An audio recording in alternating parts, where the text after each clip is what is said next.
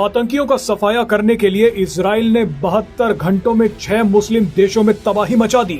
Israel ने 8 सितंबर से 10 सितंबर के बीच 6 मुस्लिम देशों पर ताबड़तोड़ हमले कर दिए। ये हमले फिलिस्तीन के गाजा समेत सीरिया, लेबनान, कतर, यमन और ट्यूनीशिया में किए गए। लेकिन कतर पर इजराइल ने जो हमला किया उसने पूरी दुनिया में बवाल मचा दिया है। मामला कितना गंभीर है उसका अंदाजा आप इसी बात से लगा सकते हैं कि भारत, रूस, चीन और अमेरिका सब इस विवाद में कूद पड़े हैं। भारत के लिए स्थिति थोड़ी पेचीदा है क्योंकि इस होश उड़ा देने वाली कहानी में सारी आग अमेरिका ने लगाई, तो वहीं दूसरी तरफ भारत के 2 सबसे पक्के दोस्त रूस और इजराइल आपस में भिड़ गए। इसी बीच कतर के आमिर ने पीएम मोदी को फोन मिला दिया। कतर को लग रहा है कि डोनाल्ड ट्रंप ने जो धोखा भारत को दिया था अब वैसा ही धोखा उसे भी दे दिया है। लेकिन इतनी उलझन होने के बावजूद पीएम मोदी ने जबरदस्त कूटनीति दिखाते हुए पूरे मामले को पलट दिया है। पीएम मोदी ने क्या रणनीति दिखाई है वो आपको आगे बताते हैं, लेकिन सबसे पहले इस कहानी को समझ लीजिए। दरअसल एक्सपर्ट्स का मानना है कि अमेरिका से ग्रीन सिग्नल मिलने के बाद ही इजराइल ने कतर पर हमला किया है, क्योंकि अमेरिका की इजाजत के बिना इजराइल मिडिल ईस्ट के इतने ताकतवर देश पर इतनी जल्दी हाथ नहीं डालता। तभी तो कतर ने एक बड़ा बयान देते हुए अमेरिका पर आरोप लगा दिया। कतर ने कहा कि अमेरिका ने हमें धोखा दिया है, क्योंकि अमेरिका इजराइल के ऑपरेशन के बारे में जानता था और जैसे ही इजराइल एयर स्ट्राइक करने वाला था उससे कुछ मिनट पहले ही अमेरिका के अधिकारियों ने हमें इसके बारे में जानकारी दी। इस जानकारी का हमें कोई फायदा नहीं मिला क्योंकि बहुत देर हो चुकी थी।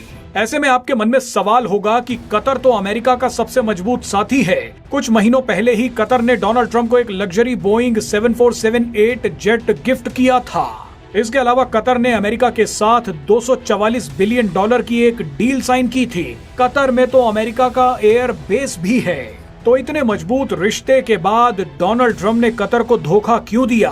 क्यों इजराइल को इजाजत दी कि वो कतर में बैठे हमास के टॉप लीडर्स को उड़ा दे, जबकि खुद अमेरिका ने लिखित में ये ऐलान कर रखा है कि हमास के लीडर्स कतर में रुक सकते हैं, क्योंकि कभी अगर शांति प्रस्ताव पर बात करने की नौबत आई तो कोई ऐसा देश होना चाहिए जहां हमास और इजराइल को बैठाया जा सके।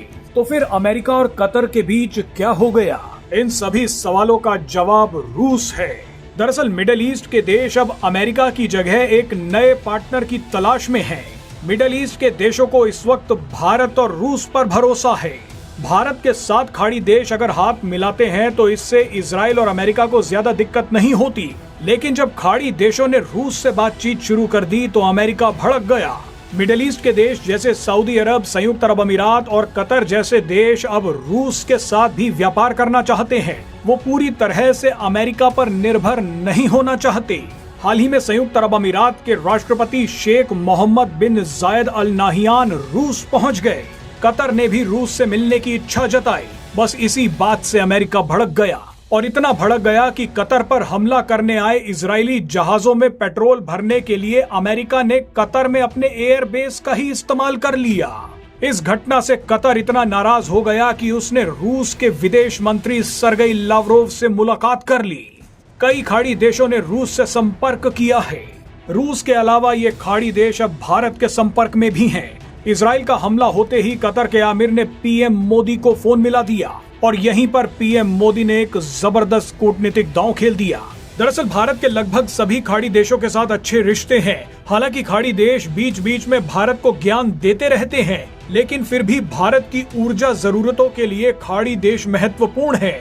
ऐसे में कतर पर इजराइल के हमले के बाद दुनिया के कई देश भारत पर दबाव बना रहे थे कि भारत को अब इजराइल की निंदा करनी चाहिए। ऐसे में भारत ने ठीक वही किया, लेकिन उसमें एक जबरदस्त ट्विस्ट ऐड कर दिया।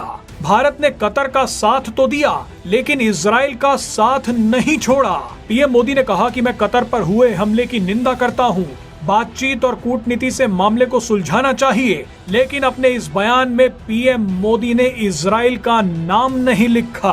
पीएम मोदी ने ये जवाब देकर पूरी दुनिया को बता दिया कि भारत कतर के साथ है, लेकिन किसी भी कीमत पर इजराइल को धोखा नहीं देगा। जिस तरह से कतर ने पहलगाम आतंकी हमले की निंदा तो की, लेकिन पाकिस्तान का नाम नहीं लिया, ठीक उसी तरह पीएम मोदी ने कतर पर हुए हमले की निंदा जरूर की, लेकिन इजराइल का नाम नहीं लिया।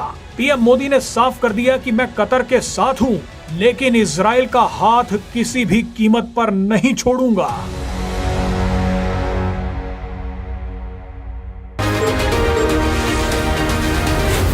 Zee News.